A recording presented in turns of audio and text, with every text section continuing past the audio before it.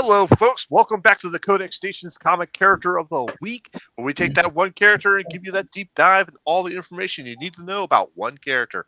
It's a great episode tonight, folks. I'm your host tonight, Sal the Slab Guy. Joining me with me. Oh, look at that. We got two characters there. Dan the Man Kelly, the Ric Flair of comics right there. And, of course, he leaves the screen as I'm introducing him. J-Dub. Red Lantern. Oh, he's got it too. Very cool. Very cool. How you guys doing? Oh, you went Red Lantern. Very cool. Red Lantern with a chainsaw. Nice. That's awesome. Always one of them. That's awesome. Now, do you have him when he was any of the other colored lanterns? You know what? Let's just enjoy what I have. Do we have the sad Lantern, Guy Gardner? We have that's what she said. The happy Guy Gardner. Yeah. That doesn't exist. Yeah. Oh, he's happy when he's punching somebody. Yes. Oh, he was a sweet. Which has a lot to do with my top 3 badass moments. Oh yeah. Me and Sal were talking about it. I have. What was it for bad? 1, 2, 3, 4, 5, 6, 7 kind of 8 badass moments. I think Sal has just about as many. Yeah, I got a little bit more. I found a couple other ones. I could have found as many badass moments of things that happened to him that others did to him too. That is so true. That is so true. All right, so let's go ahead and get some business out of the way, shall we? Like I said, I am Sal, your host tonight. But when I'm not here on Codex, you can find me on YouTube under Sal's Comic Corner or the Slab Guy 77 on Instagram. Down below, Dan the Man Kelly. Why don't you tell them where they can find you? Well, you can find me on Instagram at Dan Kelly Art, where I post a few times a week, like this Guy Gardner drawing that Here you go. Look at this. Nice. I'm working on in my sketchbook, but I didn't get the proportions correct, so I had to tape another piece of paper on there so I could get the full body on. So I am in the process of redrawing it on something smaller so that it's not so ridiculous like that. But yeah, necessity is the mother of invention. You did well. Yes, I'll be posting that probably tomorrow, so make sure you go check that out. And what's up, Bougie? How's it going? Hey, Bouge. Then this guy with the spinning display for his characters. Mm-hmm. Spinning display. You display say? For his figures, like a fine automobile on a showroom floor. Yeah, that's what I was thinking. You're my best Vanna. Very good. It can go 0 to 60 in 3.2 seconds. Yeah, except I think the batteries are waning a little bit, so we're going. Well, that happens with age. That does happen. It also happens on an unlevel surface. So we'll see. We're right on the edge now, so we'll see what happens. Hey, you get an unlevel surface from doing 420 push-ups a day. Well, that is very true. You certainly do. Today wasn't push-up today. Today was 6 miles on the damn bike today. But in 18 minutes and 35 seconds, that's a pretty good pace. Anyway, when you see me, Comic Logic. We're Loudoun County, Virginia's only comic book store. Please come in and see us. You can actually catch me there every Wednesday, getting my 4-color ink into the veins, into the bloodstream. Told you before, comics make you strong, baby. Lifting those you start with a single book, then a stack, then a short box, then a long box. Next thing you know, you're jacked and you are packed, baby. Do some push-ups too, though, because they help. But come see us. Also, give some love to the Comic Character of the Day site, founded by our good buddy, Archduke Kevy. Archduke is the reason that we are acquainted. I do a cover of the day. Dan does a great random panel of the day and a question of the day, and the Archduke will supply the character of the day. So it is, and we got Sal, we got Jamie on that site, making sure that we are giving you the quality that you deserve. And Sal gave me the panel of the day the other day. Oh yeah, I had that funny panel, the Swingers one. I like the Swingers one, and evidently, Kevin wants it known. The Archduke wants it known that he's on Blue Sky. It's somewhere in the atmosphere, I guess. I go out and I look, and I see a blue sky, but evidently you see Archduke. He's up there. He's up there somewhere. So Blue Sky for the Archduke and the Comic Character of the Day. Evidently, Codex is in the Blue Sky too. Yes, we are. So there you go. So blue skies all around. Mm-hmm. All I see, blue skies for you and me. All right. Hey, I finally got more Blue sky. followers than comic character of the day. Wow. So Blue Sky. Blue Sky. Well, there you go. So no wonder Kevy wants us to give him a shout out. Well, what's up, Chris? Hey, Chris. Gabe. Thanks for tuning in, Chris, my brother. Good to have you in here with us, buddy. And as you know, this quartet could not be complete if we did not send it up top to the master builder, the architect, the person who built this station brick by brick, put the mortar in, he put the drywall in, he erected this edifice for comic information from the ground floor up. I know I had you at erect. I know. So from the ground floor up, he built this magnificent structure, this thing that pulsates the air with information of comics from coast to coast. And you couldn't hear that. We couldn't hear that. We couldn't see that. We couldn't be a part of that if it wasn't for the vision, the man with a hell of a vision, the one, the only, high evolutionary and master builder of all, J-Dub. J-Dub. Miss you too, Chris. Yeah. Miss you, Chris. Literally, like, I can't wait to see you guys again. But yeah, guys, go check out the codexstation.com. One-stop shop for everything Codex. Get some merch, meet the team, let us know what you like and don't like, and find us on Blue Sky. Yeah, and what else, Uncle Gary? Oh, well, what we have here, not just Blue Sky. That's just one thing. But we have all those other socials. Every single drip in one of them. And we have them. And what we love here is we love to be able to have the opportunity to give them to you. Yes, indeed. We contracted the new one of Blue Sky just today. So today. And hepatitis. And that as well. Yikes. Sounds like a shot you need. You get that Blue Sky? Yeah, I got that. Hey, I got a penicillin. That sounds like something from that sounds like something from Breaking Bad. Hey man, you got that Blue Sky? You got the Blue Sky, man? Yeah. Same. In veins. Yes. All right, guys, are you ready to kick off this episode? I don't think so. All right, I'm going to do it anyhow, and I'm going to start off with some groovy bass tones. Well, real fast. Well, I don't know if you guys realized it or seen it in the chat, but y'all know you made my wall. Oh yeah, the picture wall. Yeah, I've seen a couple. It's been a rough couple of days. Yeah, so it wasn't even my choice. Just put it that way. I came home and all the pictures were in there. Well, we didn't think it was your choice. Yeah, no. So when I called Gary in, and I was like, "You picked?" She's like, "Yeah." So what you're telling us is that we mean more to Precious than we mean to you. 100% is what I'm saying. Uncle Gary's got to realize he's gonna be. I was watching too much Deadpool Wolverine lately. I watch it like every day since it came out, and all I can think of is Uncle Gary and just telling him straight to his face as a man-to-man thing. You're doing this to your fucking 90. 90. That was a good line. Listen, the sad thing is that's not that far away. Only 30 years away from me.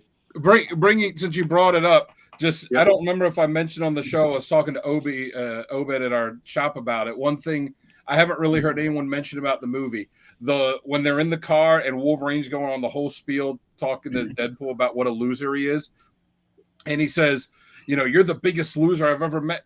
You couldn't even make a marriage with a stripper work. You're the biggest loser I've ever met. And that says something because I've been alive for over 200 fucking years.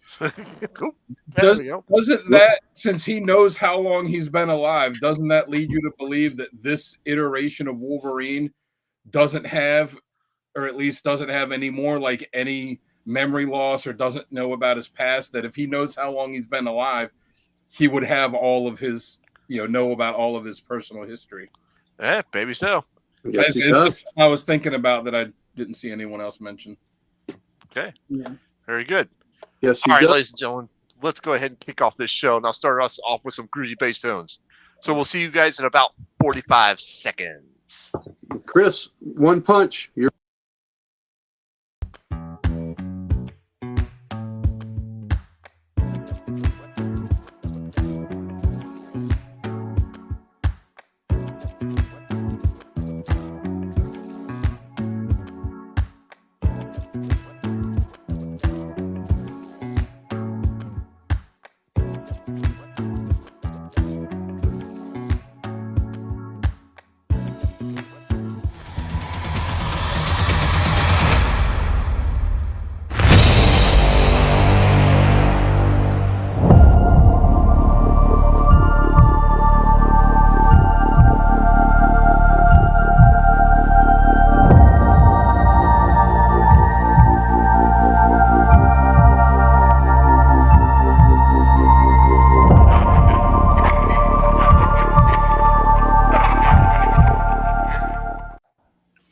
threw Nort in there. Gotta have it. You threw Nort in there. You are the most anti-Nort person I've ever met in my life, but yet you're like, let's just put him in. I am. I was just waiting for that dream team up crossover book of Nort and Howard the Duck. Howard the Duck. Yeah. I'll find all the variants to that. He was Nort going to be denied on this. Yep. Does anyone remember Nort in Future State, though? He was jacked. Yeah. There was one of the books when which was it, the 2-issue Guy Gardner series? Was that the one when Nort showed up and was kind of a little bit of a badass and was just telling Guy like, shut up, I'm sick of your shit. Leading his rebellion. Did any of you read the Human Target series by Tom King? Nort was in there, and that was pretty hilarious. Okay. It's great. It's great. Nort was drunk the entire time. It was great. All right, ladies and gentlemen, once again, this is Codex Station's Comic Character of the Week. We take one character, give you the deep dive, and tonight's character is none other than Guy Gardner himself, Mr. Baltimore. All right, I'm your host tonight. Sal Saab guy. Down below me is Dan the Man Kelly. Right there, it's Ric Flair Comics, and of course, our master builder, J-Dub.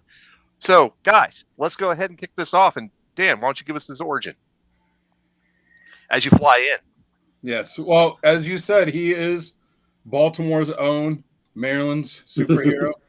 He first appeared in Green Lantern 59 back in March 1968, created by John Broome and Gil Kane. His origin is that Guy is from, as you said, Baltimore, Maryland, where he was raised by an abusive alcoholic father and a mother that would just look the other way. He did have an older brother, but the older brother was the one that got all of the father's love. Guy's escape, his way to kind of escape his terrible situation was through General Glory Comics, and he even modeled his haircut after the General's sidekick, Ernie, which is where he got his bowl cut from. Mm-hmm. His older brother ended up becoming a police officer in the city, while Guy had taken the other course and became a juvenile delinquent. His brother helped him, turn his life around, and he started getting good grades. He even played college football until he got hurt, which was something that really affected him.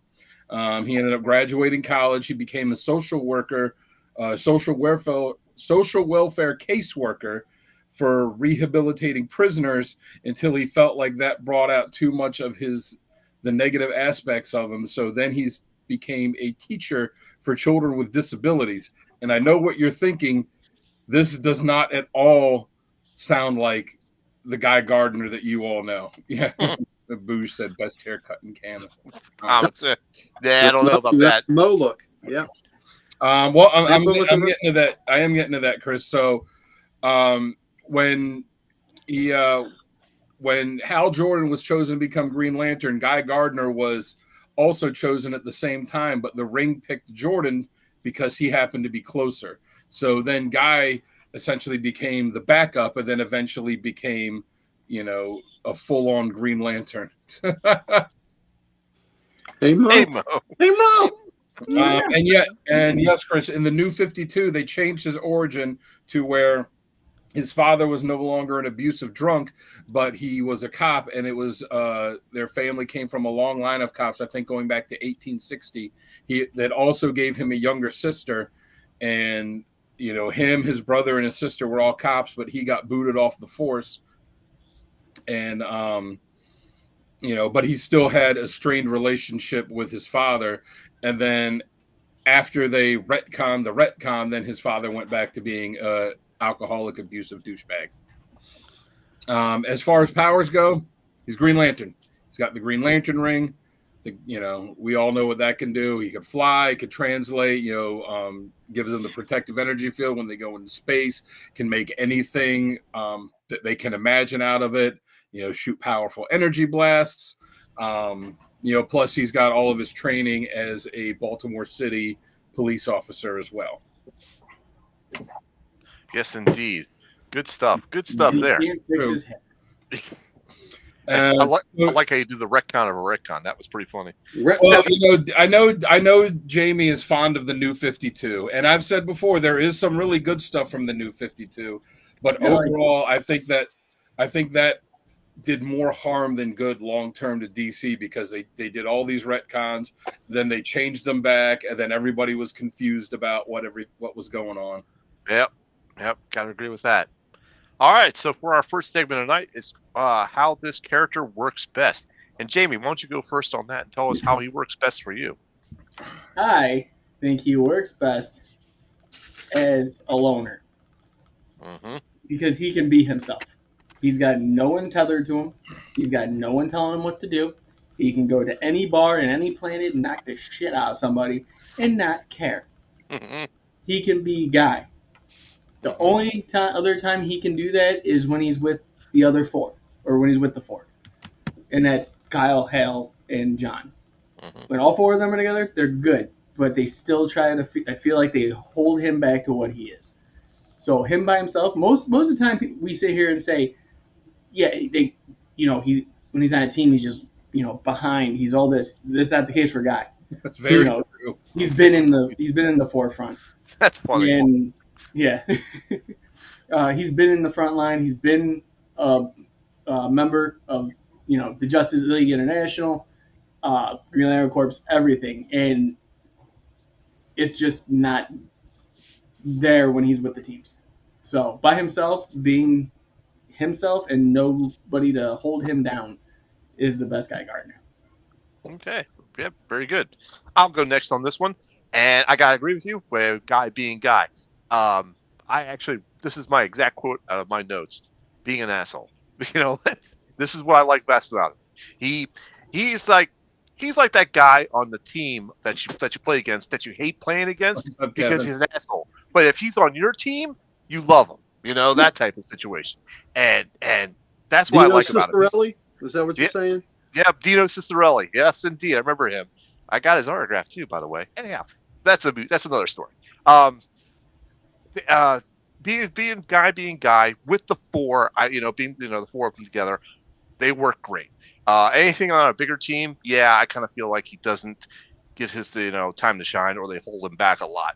But I do like how Ice changed his whole attitude, or his whole perception of women and stuff like that, to a more respectful type situation. So I like how they evolved the character that way with him. But him kicking the shit out of anybody that he wants to pick a fight with, anywhere, any system, any solar system, doesn't matter. He's ready to go at a drop of a hat, and I love that. Dan, how about you? I do like him on his own and with the four, but I really liked when he was partnered up with Arkillo too. I thought that was really good, and I really like him when he's having interactions with Kilowog. I think the two of them work really well together. Yeah. But yeah, I like what you said. He's the badass of DC. Like right. He's the guy that he's the bad boy of comics in comics. Yeah. He's the guy, like you said. You don't really want to hang out with him, but when shit's going down, he's the first guy that you want on your team. Yeah.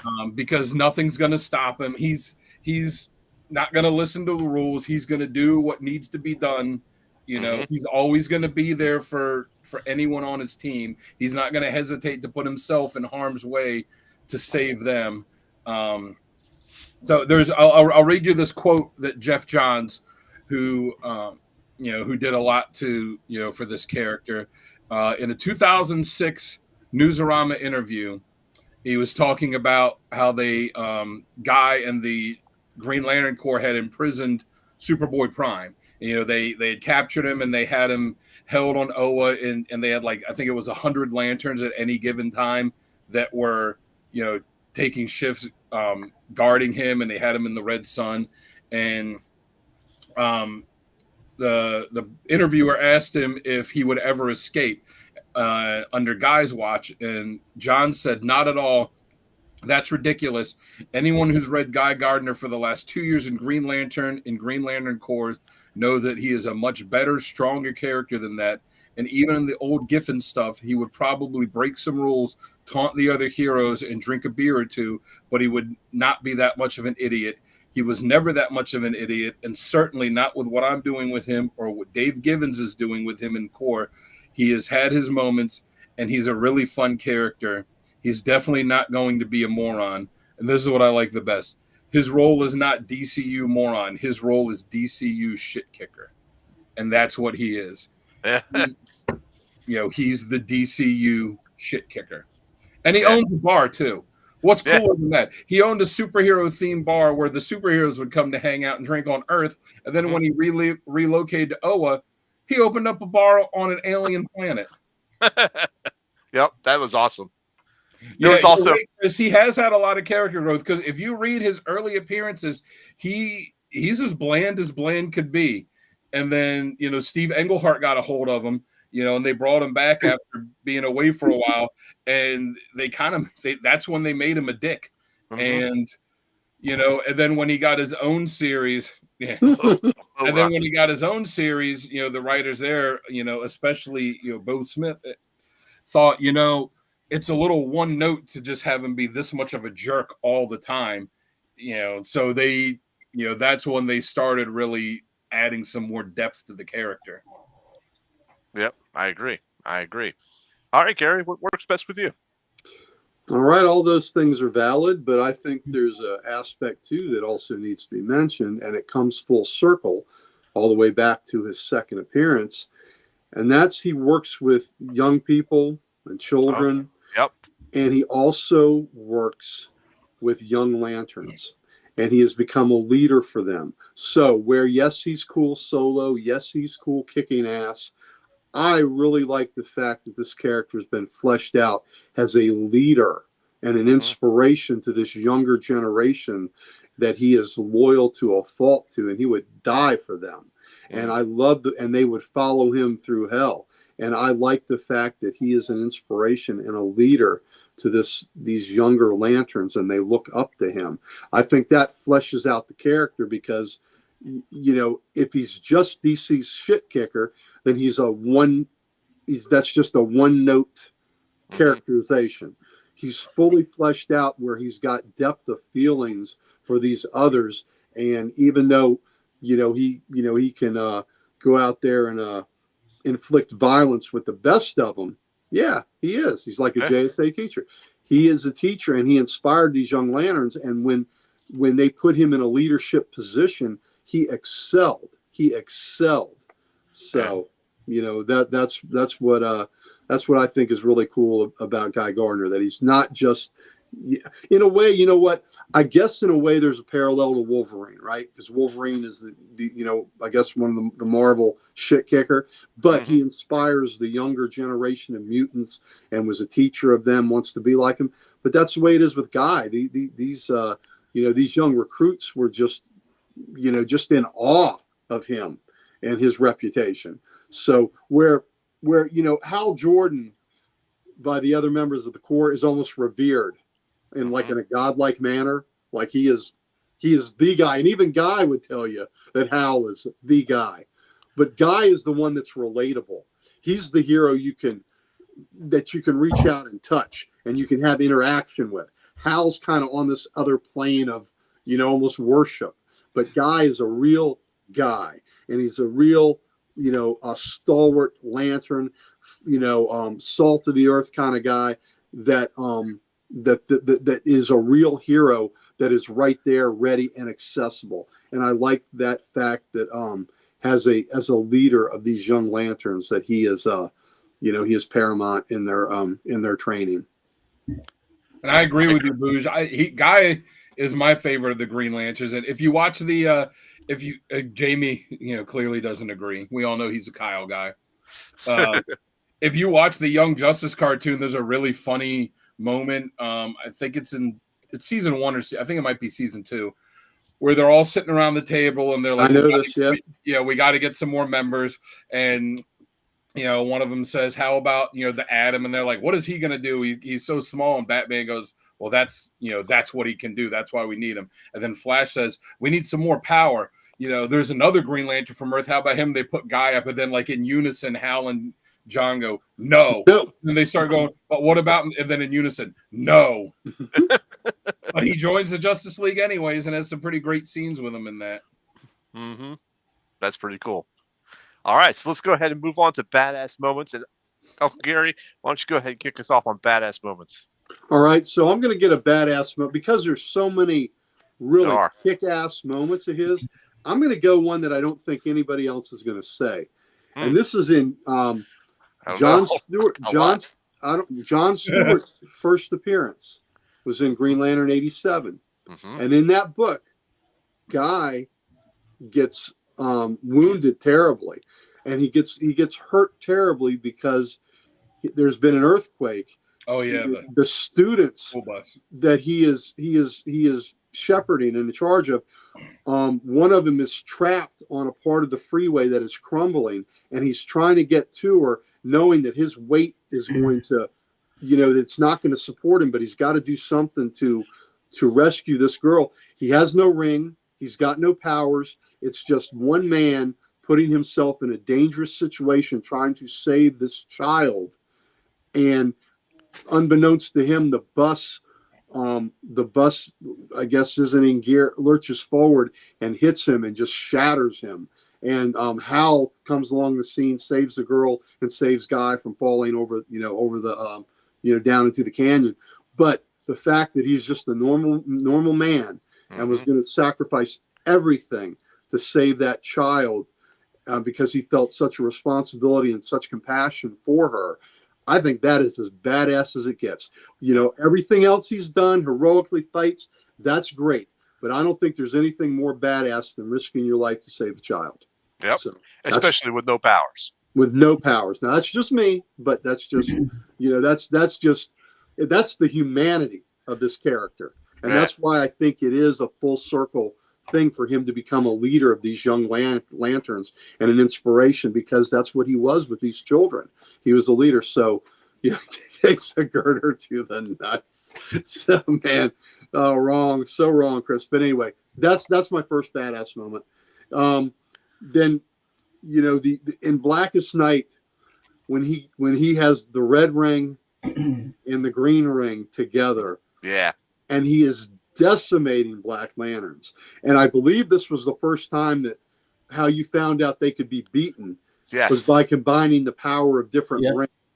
Right. So that, not only is that a badass moment that he's taking out these Black Lanterns, but that's a pivotal moment in the whole saga when you realize that combining these rings is a weakness that the Black Lanterns cannot, that they can't counteract. Right. So, and the art on this and the writing on this was pretty awesome. I was going to say, did you notice that his costume got red highlights in it when he was powering with both? Yes. It was really cool. Yeah. Well, also remember what led up to him getting the Red Lantern ring.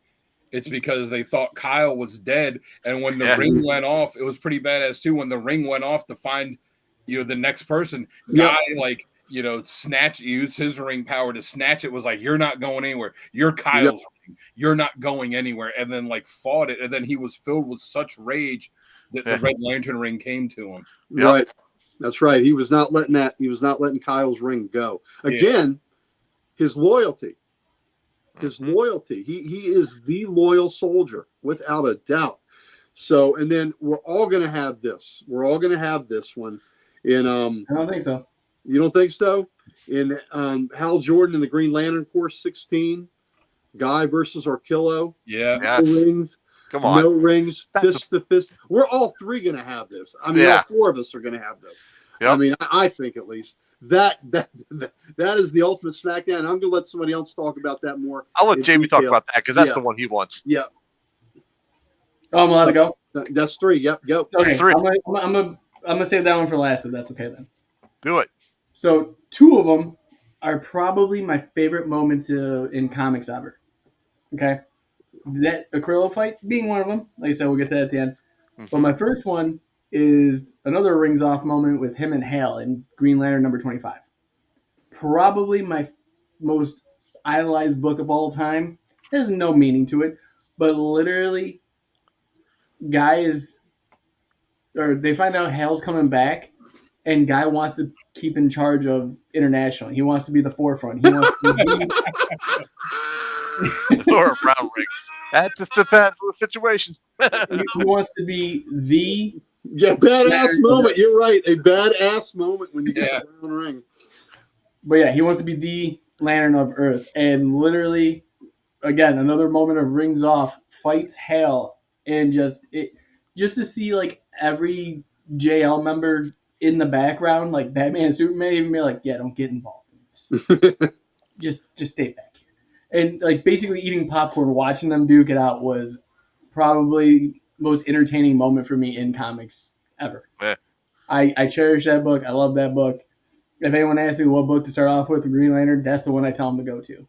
Usually that or Blackest Night. My second is him actually being part of the Red Lanterns, his transformation fully over to the Red Lantern Corps, and seeing that hate and kind of being like this, just so many different, aside from rage, emotions going into it, where it's like, okay, he's a badass, he's mad, to having a relationship with Red Lantern. Yeah, to sacrificing people into the pit, like what? Yeah, that's good stuff. It blew my mind, and then adding Supergirl into the Red Lantern mix with him was just amazing. Mm-hmm. Like badass all the way around. Great new 52 series, like all of them. And then lastly, the fight with Akrillo, and I believe it's 17. It's 17. No, it's. I think 16. 16. I thought. No, it's 16. Ended with him walking into the bar, and 17 was the full fight. No, 16 is the fight. Is it? All right. I thought it was 16 too, but yeah, it's even got them wrong. I thought it was 17. It's even got them fighting on the cover. Yeah. Okay. Well, that whole thing is they're trying to literally have the Green Lanterns be aligned with the Yellow Lantern Corps or Sinestro Corps, whatever you want to call them. Mm-hmm. And the first thing he does, because these two have a past, they have fought previously, but this was the coolest fight in comics, where he walks into the bar, literally looks at Akrillo, goes, "All right, we're doing this," rings off. Yeah. He goes, "That's exactly how he said it." He's like, and he takes it off. He's in jeans and I think a black shirt or something. And he's just standing there, and he looks up, and you just see him looking at Akrillo that's towering him. He goes, "All right," and it cracks him. It's just a full-on like Roadhouse style bar fight. Yep. If anyone who doesn't know what Akrillo looks like, he looks like a cross between the Hulk and a Predator. Yes. Yeah. So yeah, those are my three. All right. Yep. I like that, Jamie, about the Red Lanterns, because I felt like he could channel, or not curb, but channel their rage into a more worthy type of cause, as opposed to just going out there and mass killing anything. They were actually trying to target, people with that. Yeah, there you go. There he is. Torquillo. All right, Dan, do you want to go next with this? Real fast. I looked it up just to see. Guy Gardner fought Akrillo in a brutal one-shot showdown in Hal Jordan and the Green Lantern Corps number 17 in 2017. Oh, okay. 2017. Gosh, that seems a lot later than I thought that was. Yeah. All right. No, wherever you looked it up is mistaken. Okay. I'm just saying because I read the issue in preparation for them. So yeah, I had that where he fought Akrillo, and he not just that he fought him, he took the beating and then beat him and then ripped his goddamn eye out with his bare hands. Yeah. That was just ooh. And then with the Red Lantern thing too, like Jamie said, it wasn't just that he became a Red Lantern. He took him over by basically the same thing. He showed up and he fought Atrocitus hand to hand and beat him, and then took his Red Lantern ring, and that's how he got to be leader of it. So that was pretty best. I also have Adventures of Superman Annual 4, where Superman was the big Eclipso crossover, and Eclipso had taken possession of Superman, and Superman is doing what Superman would do. He's dealing on everybody, and everybody's kind of thinking like, "Oh, guy's just a joke. What's he going to do?" He's the one that saves him. He flies up and just gets, scoops up. He had the yellow ring at the time, a big vat of solar energy, just like scoops up part of the sun and dumps it on Superman, knowing that it would power him up, but also that it would get all of the Eclipso out of his system. And that's what saved Superman from Eclipso, is not just using brawn, but actually using his brains to save the day. I also had, as someone mentioned earlier, Green Lantern Corps Recharge #1, when he mooned Batman in front of the entire. I had that one too. Yeah. I had the Black Lantern one. I also had, I had Arkello. I had the Red Lantern one. Also having Green Lantern Corps Recharge #5. They had gone, him and Kyle had gone and defied orders and gone into this space area that the forbidden sector or something like that. Yeah, where the Guardians said we're not allowed there, and they were like, that there's someone in that one of the lanterns needs us, and they found that the Spider Guild was getting ready to attack the Corps. So they race back to Oa to help fight, and they have all these rookie lanterns that are all scared and don't know what to do. And Guy just shows up, takes control, gives them a speech to rally them, and then has them all fighting. Yeah, he's not just a meathead. Oh yeah, it's very true. No. Has them all fighting and ready to go, and they end up beating them all back and saving the day. Mm-hmm. And Sal, do you have Green Lantern Corps issue 20 on your badass moments? Issue 20. What was the badass moment? I have some written out without issues. It's the one where he stopped Zar from killing his family. No, go ahead. So one of his nemesis, Zar, is I don't know if I'm saying it right, XAR, is going to kill his family, and he uses the Blue Lantern to power him up so he can race to Earth to save him. And the Blue Lanterns give a power boost to the Green Lantern rings, so it powers him up enough that when he gets there, his ring's like 200-300% charge, and he just unleashes it on Zar and incinerates him on the spot right as he's getting ready to execute his family. And then he's also he's had the Green Lantern ring, obviously. He's had the red ring. He had the yellow ring. Mm-hmm. He had a blue ring at one point. He was the first male character to have a Star Sapphire ring. So, that's I want to say I think it was like Future's End. There was a Future's End issue one shot where it showed him at the end, and he has all the rings like tied on the one big key ring. And he was like, okay. That was the one where it showed that romance with Bleeze, wasn't it? Yep. Mm-hmm. Yeah, and then at the end, because she cut off everything. Yeah. So. And then he was like, well, what ring do I need today? That type of thing, you know? Which one are we picking? What mood am I in?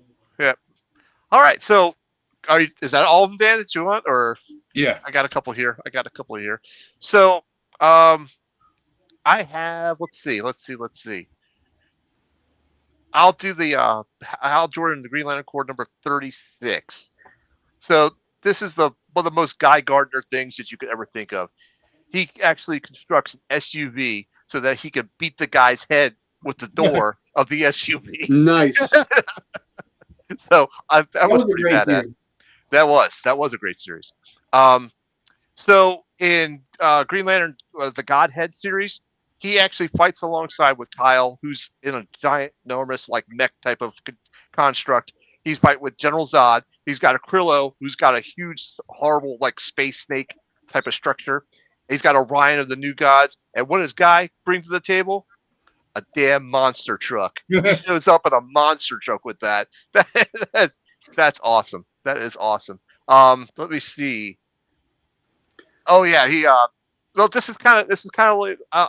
I'll add this one later because it's it kind of accentuates what Jamie was talking about going to any type of bar. But I wanted to talk about this one right here. Not that one. Yeah, okay. So this one right here is where he actually shows a little bit of brain. He actually shows up. This is during Doomsday Clock. He actually talks about Doomsday reference. What's that? Doomsday Clock reference. Yeah, Doomsday Clock reference. Yep. He starts talking to Dr. Manhattan, and he's showing him like constructs of like Darkseid and Darkseid and who else did he show on there? Oh gosh, where are my notes on that? Yeah, well, he's talking to him. He's like showing him like all these bad guys that the Corps has fought, and he's like, Dr. Manhattan, you would be no problem. We would take you down in a heartbeat if we had to. We fought gods and taken them down. You would not break a sweat. We would not break a sweat with you. And go put on some damn underwear. That was pretty cool. And Manhattan was like, boop. Yep. I mean, he's not lacking in confidence. He frequently tells Jordan that he's the best. That Guy thinks, of himself as the best Lantern. Right. But Guy knows that Jordan is the best Lantern. Right. And has acknowledged that. Yeah, he has. That's one of those grudging acknowledgments, and he knows it. And Jordan, you talked about the great fight with Hal in whatever issue that was, Jamie. The first one I remember was in the 80s in the Pat Broderick Green Lantern series in issue 3. Guy was tired of Hal, and Hal was an old man. Had the graying temples and all that. And Hal said, all right here, right now. They took the rings off, and Hal beat the tar out of them. Yeah. Fist to fist. So Guy acknowledges that Hal is the very best of them all. Mm-hmm. When, he'll do it grudgingly, and he has that bravado, and he thinks highly of himself as well. He should, because he is a badass. But he knows that Hal is the guy, is the Alpha Lantern. Mm-hmm. Yep. And for what my last badass moment I have, this is out of Edge of Oblivion issue number 5. He was distracting the big bad guys in that series by pissing them off so much that they would actually concentrate on him. And he's like, I'm just doing what I'm good at. It's pissing you off so that you wouldn't even notice anything else going around. You were taking it out all on me. And so that's pretty cool. That's pretty badass. That issue on Gary is in the same series. Yep. So 3 of them, 25, they fight again. Oh, okay. So this was in the same one in the 80s. Yeah, that was 90. Okay. Yeah. All right. Then, yeah, because it was in issue 3 where they had relaunched that Green Lantern series. Yeah, he had like all the gray going on, and because I don't know, that 25, that cover though is Superman holding back, I think Guy, or no, Hal, and then Batman's holding back Guy.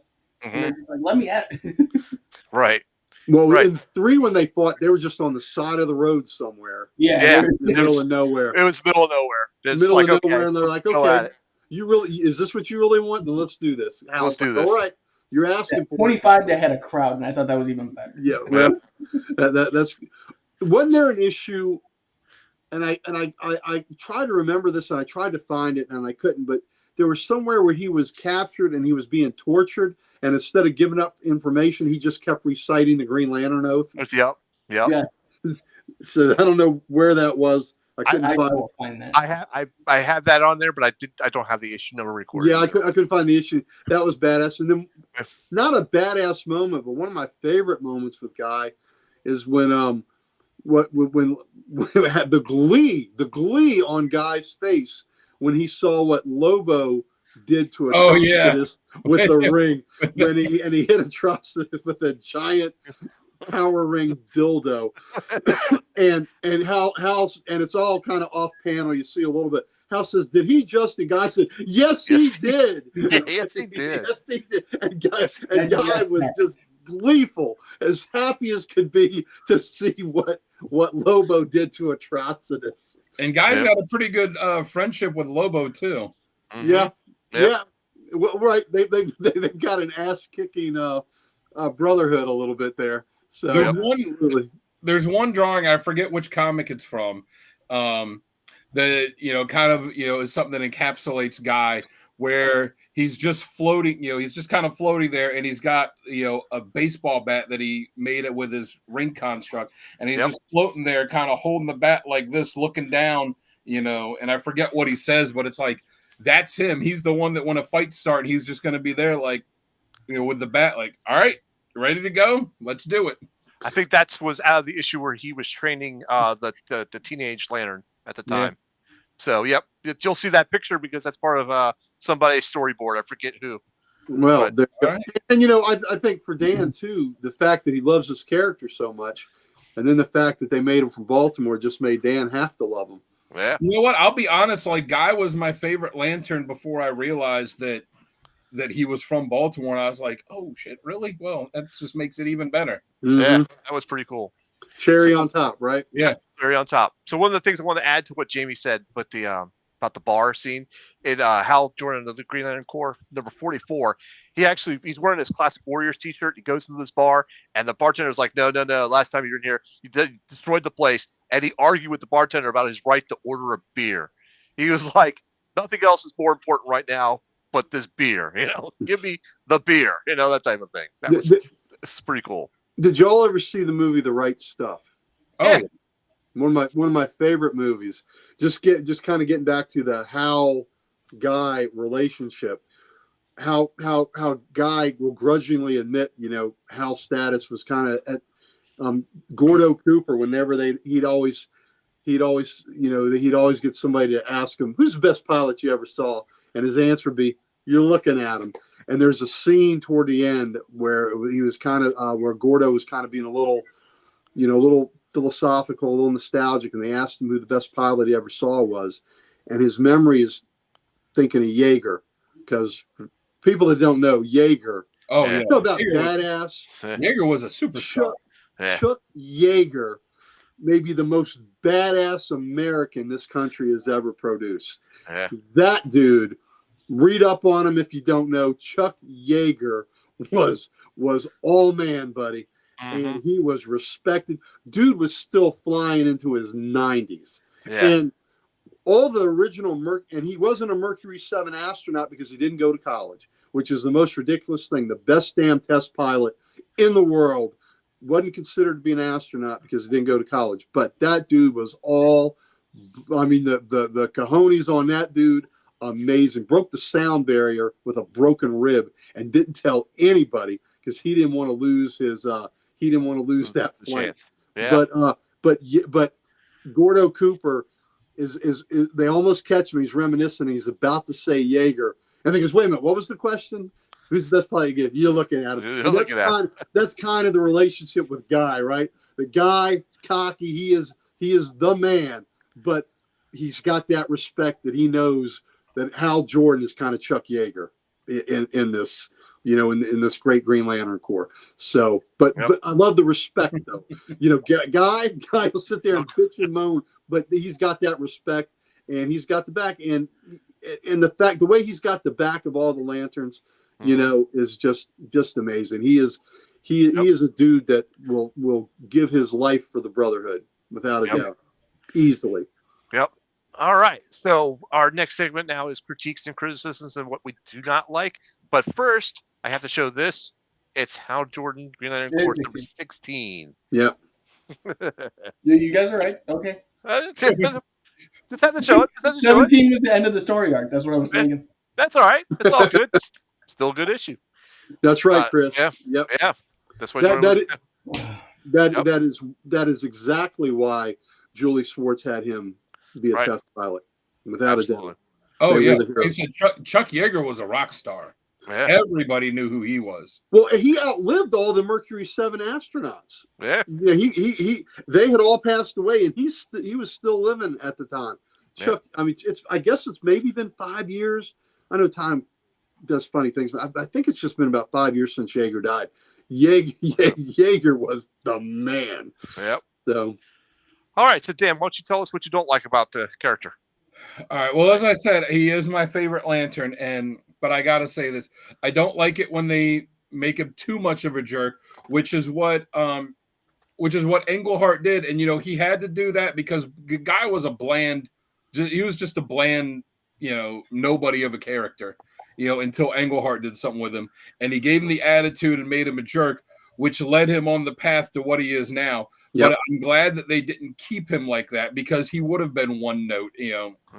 And there's much more to him than that. But sometimes some writers can revert it back to that where he's just, he's just a dick. And, I don't like when they do that. I don't like when they make a joke out of him. As much as I loved the Justice League series with that Giffen, DeMatteis, and Maguire did, and I loved it. I love that series, And when they came back and did like formerly known as the Justice League, I can't believe it's not the Justice League and all that. It's great, but I feel like and they made all these characters in it: Booster Gold, Blue Beetle, Martian Manhunter, like all these characters that were in it, they made kind of goofy and jokey. But I feel like Gardner's the only one that image has kind of stuck with, and it's probably because of the Batman punch, the one punch. But I feel like I'm excited to see him in the Superman movie. But knowing that James Gunn is a huge Justice League International fan, I'm just worried that we're not going to get the badass guy, that we're going to get the joke, the jokey, goofy, over the top, crass jerk guy. And, he's so much more than that. And one thing I also I absolutely, I thought it was stupid at the time, and I still hate it, is, after he lost the Green Lantern ring and after he lost the yellow ring and he still wanted to be a hero, that they revealed that you have alien DNA in you from the Aldarians. Yeah. You actually have alien DNA in you, which nobody knew about until now. And now you can like form your hands into weapons and you do all this stuff. And I just and the design they had for him was it was an ugly design. It was a stupid idea. It was the 90s. It was the extreme thing to do, but I absolutely hated that. I'm glad that they have just moved past it to the fact that it's just, we're not even going to mention that anymore. That's just, that's just a thing that was back then. That was a fever dream, I guess. But yeah, that's what Bobby Ewing in the shower. What? It was Bobby Ewing. Yeah. Yeah. It was Bob Newhart at the end of the second Bob Newhart show. Yeah. Like, you won't believe the dream I just had. But yeah, I just thought that was the stupidest thing. And so that Newhart ending is one of the greatest endings in television history.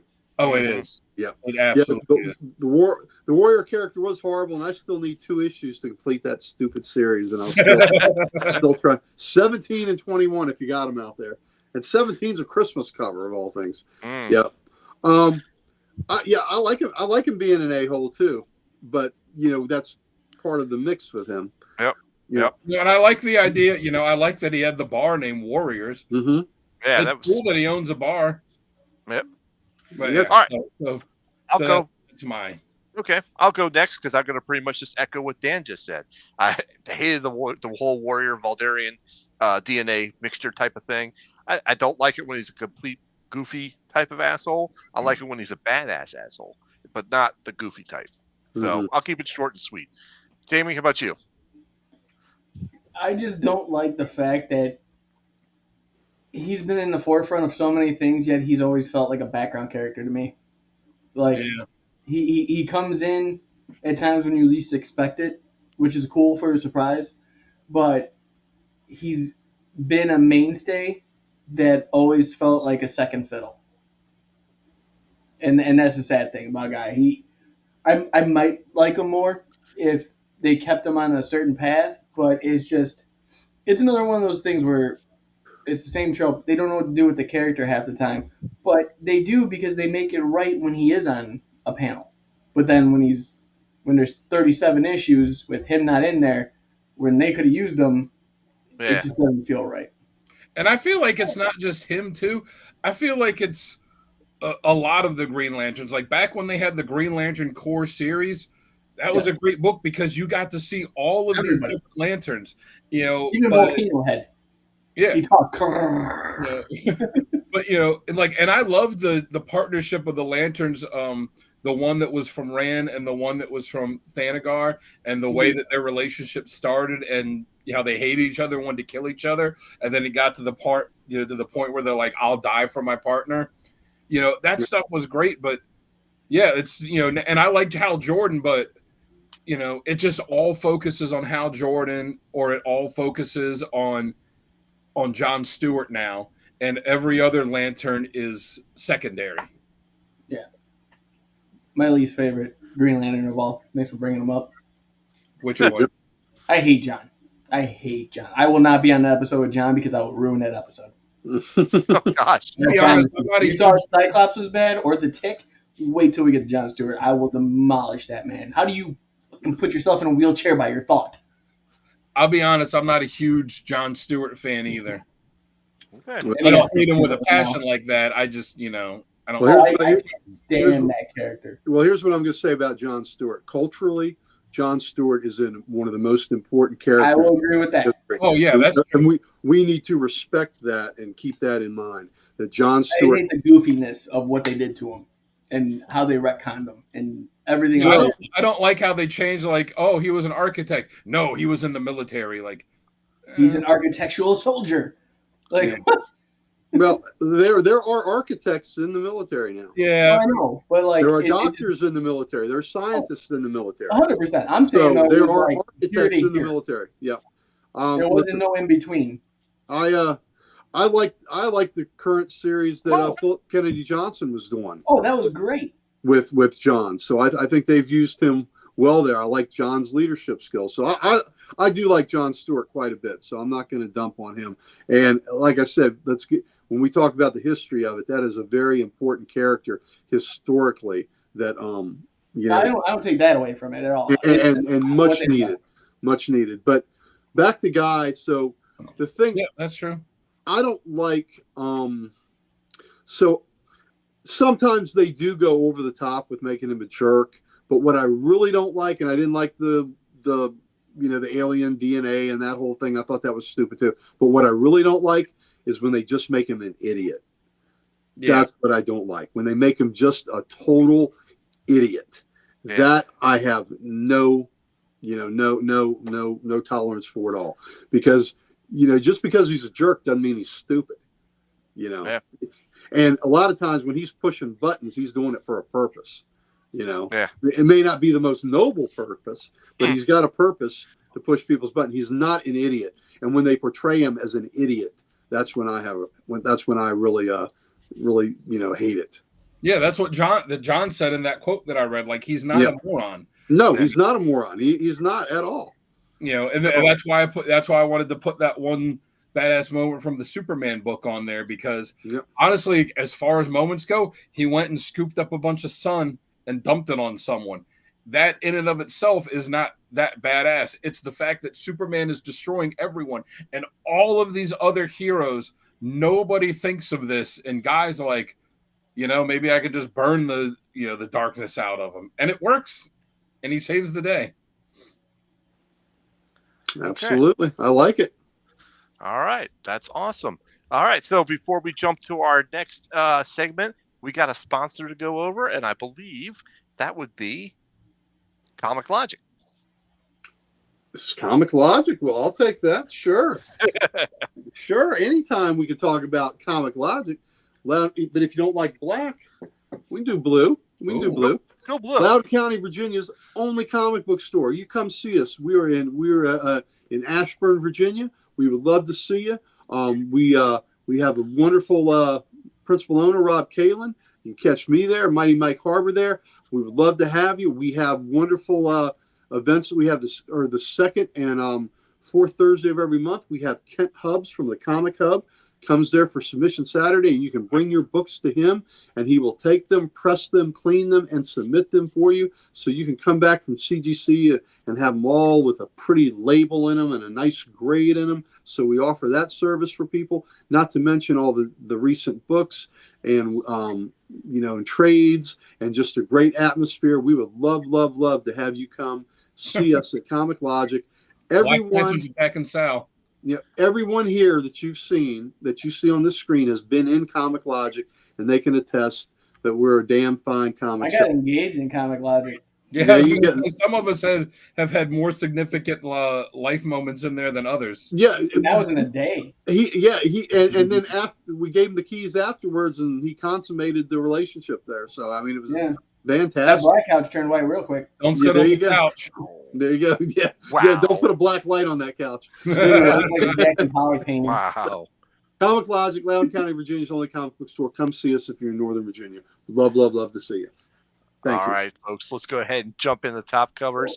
And who is going to be our first top cover of the night? Well, that's Gary. He's first online for top covers. All right, you can buy Chris Yep. Chris has books there in that shop. All right. Well, let's go with the classic one on the right, first appearance. I know that recently Sal got this book, right? Yes, I did. And I've been lucky enough to have a beautiful copy for many years, so I'm happy to buy Green Lantern 59, so bright and shiny. But that is the first appearance, and it is Gil Kane pencils, Murphy Anderson inks, and I just think that is I love the perspective of that, where he is, Hal flat on his back, and there's Guy taking over. You know what's funny about that cover is that's indicative of the personality that Guy has now, but that's not at all what the personality was that he had when he was first introduced. No, not at all. Not at all. So, but you had to sell books. You had to be dynamic. Yeah. That's a dynamic cover. Yep, absolutely. In the middle, I love this Blackest Night tie-in, Green Lantern Corps 45. I had the Red Lantern with the chainsaw. Well, there it is on the cover. Red Lantern with a chainsaw. And look, he's by himself taking on all those other Ring Corps members, all those other Lantern members. So and that's Guy right there. He's like the old Texas Rangers. They had a saying, one riot, one ranger. So there you go. He's taking them all on. And that is by Patrick Gleason and Rebecca Buckman did that cover. So I just love, it's a classic Flash cover.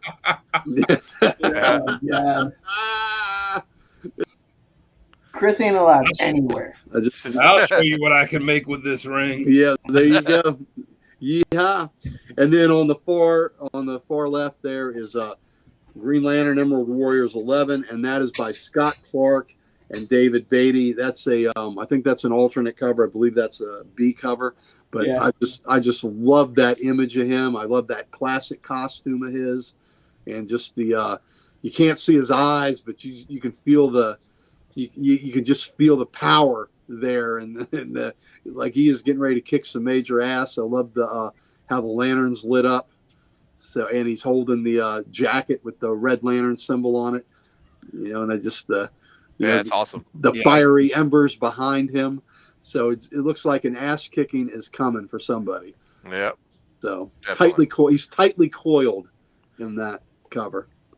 So all right. Yeah, that initially made my list of covers I sent to Sal, and then I found one other one that I wanted to put on in place of it. But I'm glad that it made it on here because that's a great cover. Love it. Indeed. Thank you. Hey, Sonny. Thank you, Sonny. Glad you could join us. I'm glad you could take a break. I love the glow I love the glow that it's got on the coming from the lantern and from the Red Lantern jacket too. Right, exactly. Yeah, that's cool. Yep. That is cool.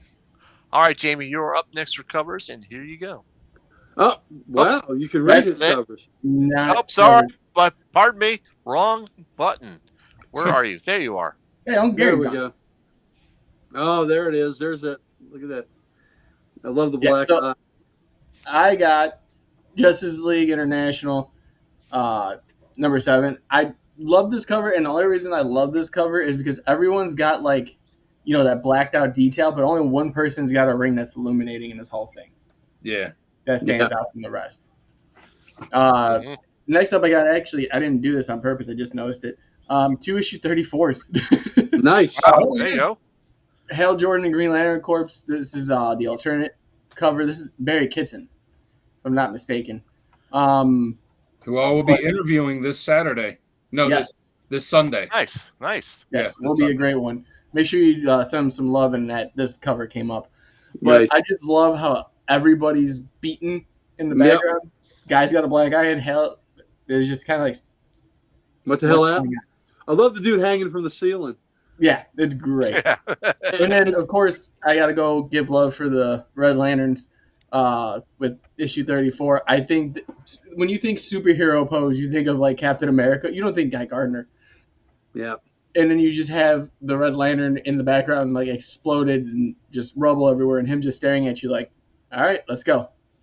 Who's next? It's like the Daredevil movie when he's like, he's gonna do the superhero pose. Gonna do the superhero pose. Yeah. Bad on your knees. His Legion was really good. I love the smug look on Guy's face in the bar. He's very pleased. He's very pleased with himself, how things have turned out here. Looks like he's a black eye and everything. Yeah. I wonder what he did to the bartender to have the bartender leave the bottle. Yeah. I like too that they've changed the bowl cut to this, to this what I used to have now. Yeah. Back when I had long flowing hair. And I noticed Nort, it's in the top right. Yeah. That's who he's about to fight. Yeah. When he's landing is Nort. Yep. No, he's about to pet him. He's not going to fight him. All right, Dan, you are next for top covers. Here you go.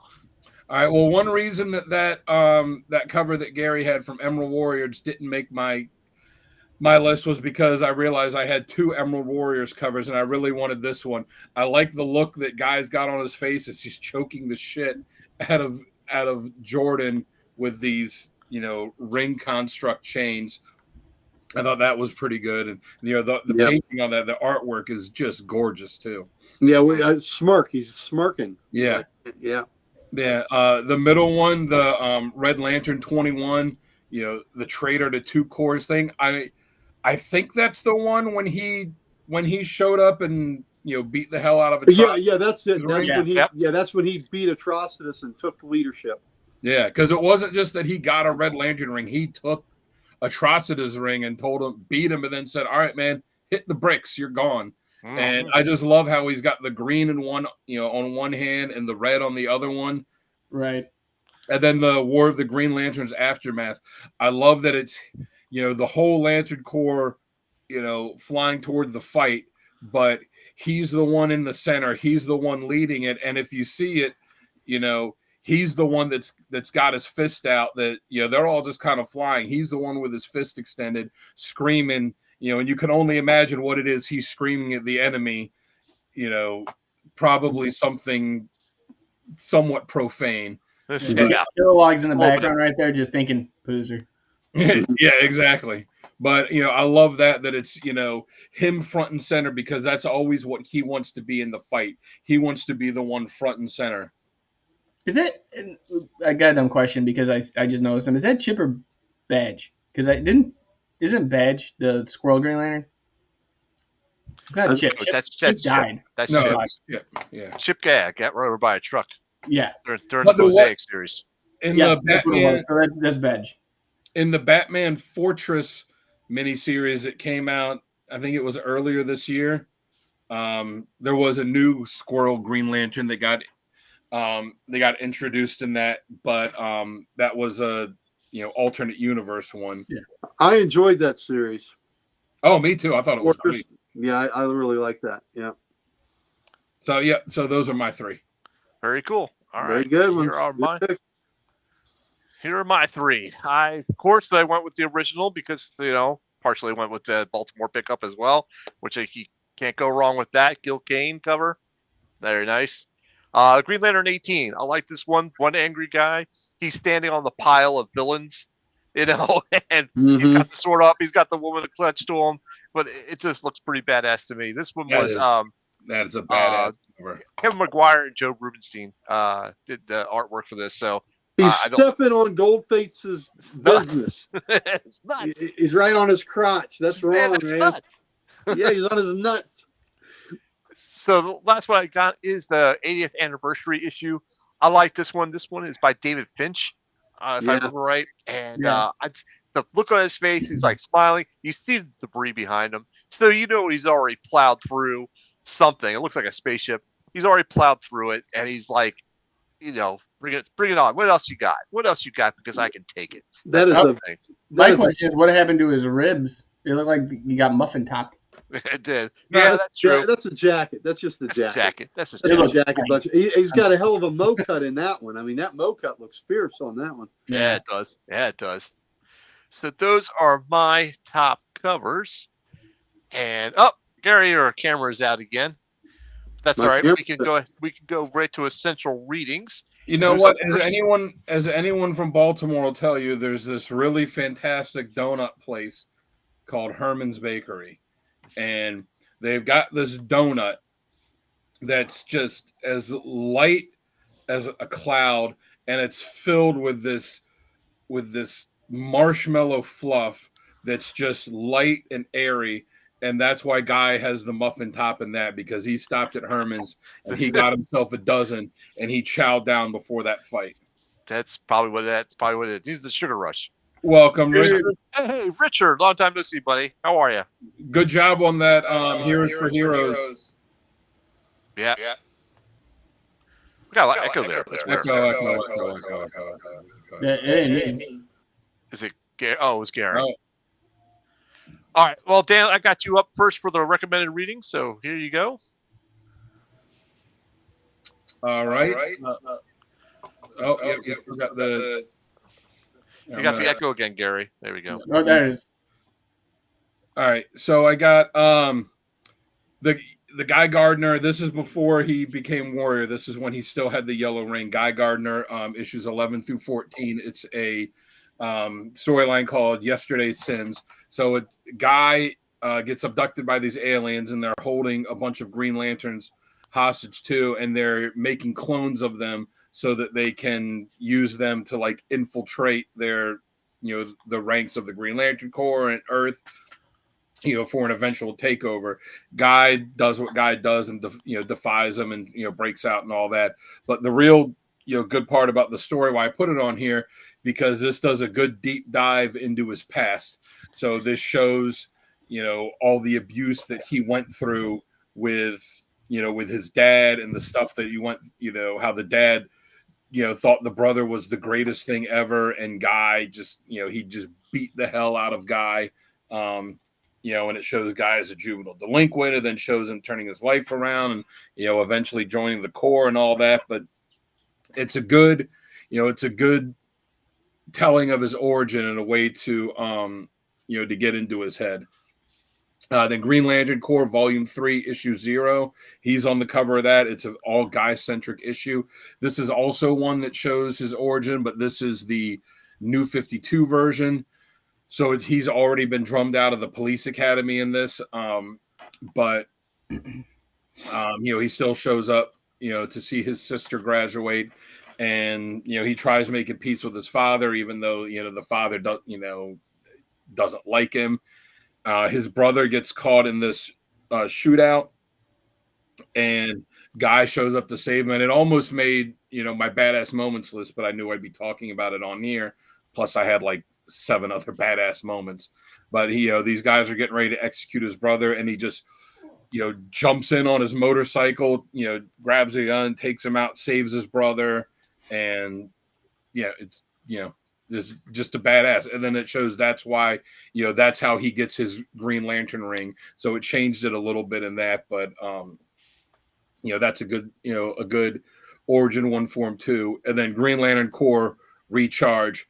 This is after, Green Lantern Rebirth, and they were getting ready to launch the Green Lantern Corps ongoing series. Recharge was a 5-issue miniseries, and this is where the badass moment I had came in, where with the Spider Guild and them going into the Forbidden Zone and showing up and him giving the speech to the Rookie Lanterns. And the whole series doesn't focus just on Guy, but Jordan and Stewart they're not in this series very much. It focuses a lot on Guy and Kyle. And it shows Kilowog a lot, and the Lanterns I talked about from Ran and Thanagar and Sodam Yat, and a lot of new Lantern characters got introduced in this series, and it shows Guy's new role with the Corps, and and made him a focus, which I really liked. So those are the 3 that I got. That's cool. Nice ones. All right, Jamie, let's get your recommended readings up there. Yeah, so I went obviously with Green Lantern 25. That's going to be the issue I tell everybody to read, and also check out issue 3 in that series as well, because both are good. One's without a crowd, one's with the whole JLA. I prefer that one because I think it's just funny watching Superman and Batman be like, don't touch him. Next up, I got Red Lanterns. I think we dived a lot into that. I thought that entire series was great. Guy being part of it just was the topping on the cake in that series. Especially, not a lot of people talk about him and Bleez's relationship, and I just think that's wrong because there was something there. Yeah. And then lastly, I'm surprised. Like I wanted to put Blackest Night on here, I just couldn't. So Sinestro Corps Wars, I feel like that was the most prominent guy we've had. Unless it was like just Green Lantern Corps adjacent, being a mainstay in an actual series is like that was him in there. He was that guy. He was, no pun intended, but he was the guy everyone needed during that time.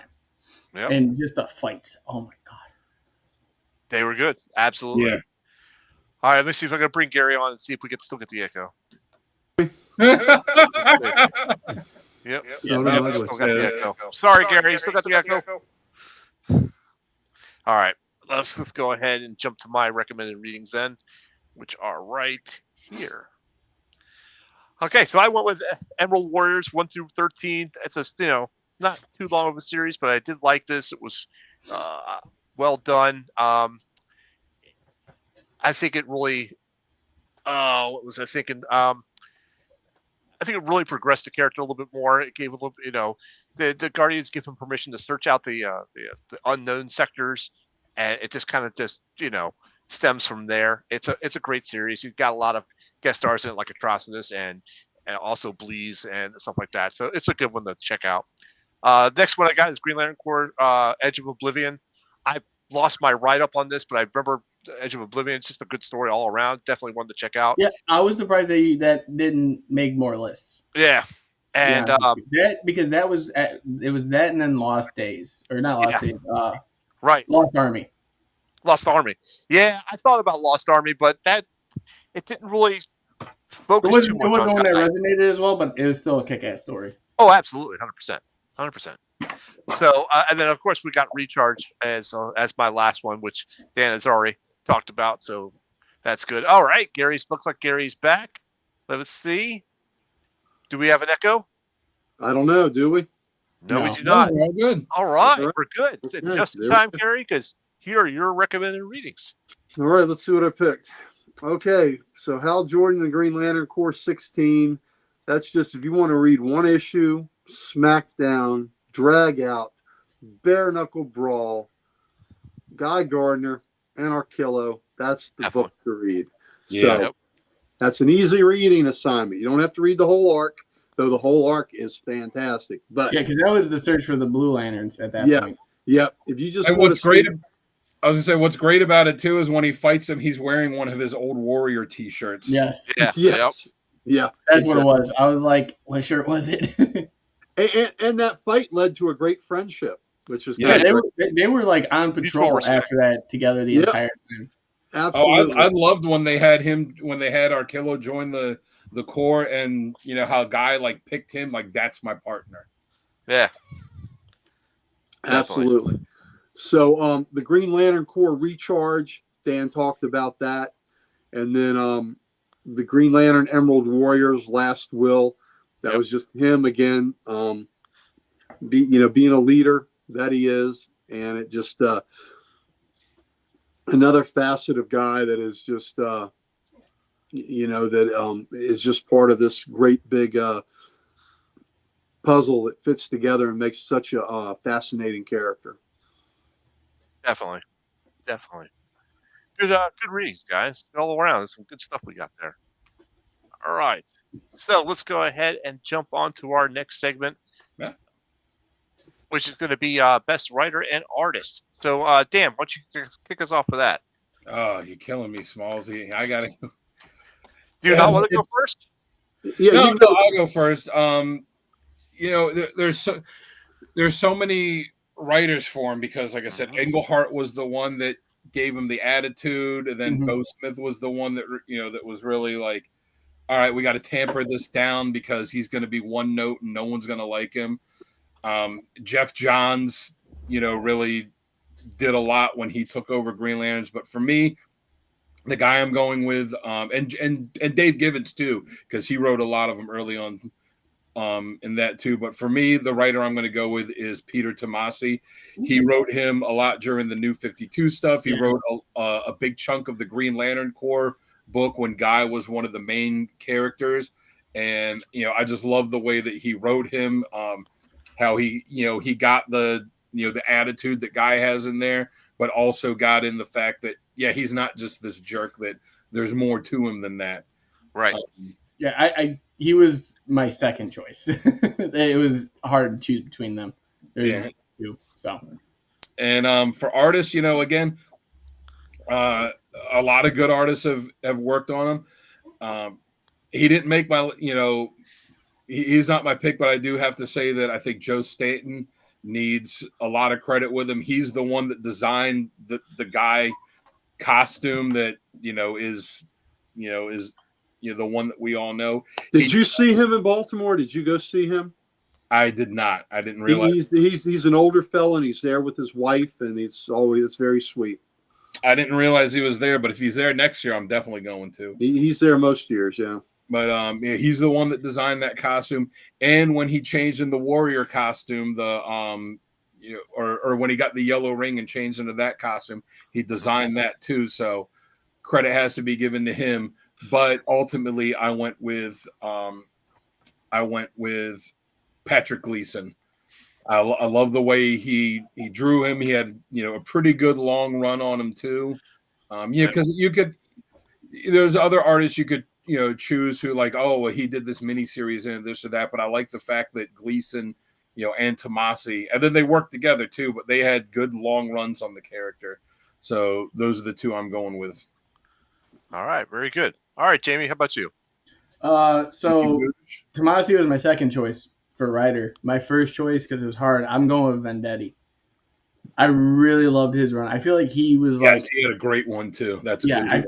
I feel like he was more prominent with Guy than most writers have been. I feel like there's always a big creative team change anytime you got anything to do with Guy or Green Lantern. And I feel like I don't know, maybe he hasn't, but I feel like he's written them the most. Vendetti is fantastic. He wrote that. He made me love Hawkman again. He wrote that Hawkman series, and before that, he wrote an Uncle Sam series that was. Oh yeah, the Freedom Fighters. The Freedom Fighters. Yes. That was great. That was so good. The 12-issue one. Yes. Yes. I feel like he brought that guy that everyone wants right in. And he's froze. And he froze. And that's because he's in Minnesota. He's in Wisconsin. No matter what. There, you freeze. Mm-hmm. That's exactly froze on us. Oh yeah. Sorry, I said he was. He brought Guy to the forefront. He made him who he was in every panel. No matter what book it was, he was there. Yeah. And then for my artist, I'm going with someone not so well known. I'm going with Jack Herbert. He was part of the Hal Jordan and the Green Lantern Corps run. I feel like that design just of Guy alone, that's what I see when I see Guy. I know looking back, bowl cut, everything else, but the way he looked what's his name? Sean William Scott, the actor. Yeah, Sean William Scott. Yeah, and I was just that's exactly who I think should play him, but obviously I'm wrong. Nathan Fillion's got the bowl cut now, so. He would be a good choice to play him. Yeah, I hadn't thought about that, but yeah, he'd be a real good choice. Do you all know who that originally Guy was? The look of Guy created by Gil Kane was based on an actor. Dan, do you know this? It was Martin Milner from Adam 12. From Adam 12. Wow. Yep. I did not know that. Yep, that was just like Shazam was based on Fred McMurray's look. Shazam. Yeah. And then Elvis was such a big fan that he modeled his look on Captain Marvel Jr. Absolutely. Yes, he was a big fan. And he's got and he had the lightning bolt symbol. Nice. Right. That's some good choices for Jamie. I like that. All right. Uncle Gary, what you got? What Dan said. What Dan said. Yeah. Okay. Tomasi and Gleason. That's it. Okay. Yep. And the others. Tomasi and Gibbons and Johns and Vendetti, because they all wrote like, in like a 10-year span or so, it was all of them that were doing it like one after another, and like it was really hard to pick from one. Like none of them would be wrong picks. No, not at all. And Johns did a lot for the character, had a lot of passion for the character. But I believe Tomasi was writing the core while Johns was writing the main Blackest Night book, the Green Lantern book. Tomasi was the one that was writing the core books that were running concurrently. Yeah. So Tomasi, hell of a job. Good, great dude too. I mean, you all got to talk to him in Baltimore, I assume. And so, I've seen him for years now there, and he's just fantastic. But you can't go wrong with Tomasi. But yeah, a lot, like Dan said, a lot of great writers have helped turn this character, who was a one-note character, into something that was a really fully, well fleshed out, well-rounded, character that comes to, from two-dimensional to three-dimensional life. And Gleason, I really dig. Gleason's got a really interesting style, kind of dynamic. He did an Aquaman run, the Sub Diego run, that was really good. And that was a great storyline too. Oh yeah, absolutely. So yeah, I've always enjoyed Gleason's work. So whenever I see him on a project, I'm happy to pick up those books because I really dig his style. So, I think, like I said, I am copacetic with Dan's choices, Tomasi and Gleason. He draws like a really good mix of like badass and, with like a little bit of cartoony to it, but not too much. I really miss the Aquagirl character that they introduced in that run. I did too. That was a really good character. And like you said, that was a really good concept. Yeah, it was the whole Sub Diego thing. Yep. Okay, very good. For my picks, I actually had Jeff Johns and Patrick Gleason for my picks. I really love the Blackest Night series, but Tomasi, that's a tie for first in my book. So you picked it, right? You messaged me the other day and said you had it like 5, that you couldn't choose between like 5 different writers. Yeah, I had Gerard Jones, Jeff Johns, Charles Soule, and a couple other ones. Those 3 are the ones on my final notes. So I forgot the other 2 that I picked. But yeah, I was having a tough time. But I went with Jeff Johns because of Blackest Night. So, all right, there we go. Who was your artist? Gleason. Gleason. Gleason. I also like Vitti artwork. Right. So it's a Gleason threesome. It's a Gleason threesome tonight, ladies and gentlemen. Van Sciver was a good artist for him too. I mean, Van Sciver's a good artist. Kind of a dick in real life, but he did a good job drawing him. Yes, he did. So, all right. Do we have any last second or any last minute information we want to shout out there? Nothing? Good. Anybody in the comments got anybody? Nobody has. Well, thank you, Boosh. Thank you. Boosh. Thank you. I gotta say, the Baltimore thing too does get cool, at least for me. Reading the book and when he's in town and he's saying this street and that street, I'm like, I know that. Oh yeah, I know that. In this town and that. There's one scene where like his father is, like right before his father beats him, is like complaining about his neighbor, like moving to Towson and selling his house to a bunch of foreigners, and I was like, oh yeah, okay, from here to Towson, right.